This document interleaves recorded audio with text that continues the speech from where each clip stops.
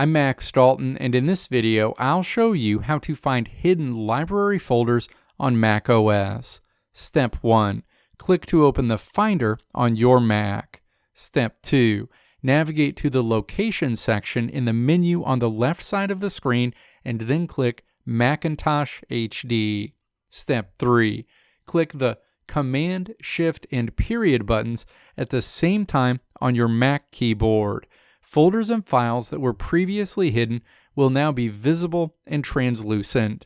In this example, I'll open the user folder that was previously hidden and not visible. It's important to be careful with manipulating these files, as changes to these files can cause issues with applications, system performance, or even make your Mac unusable.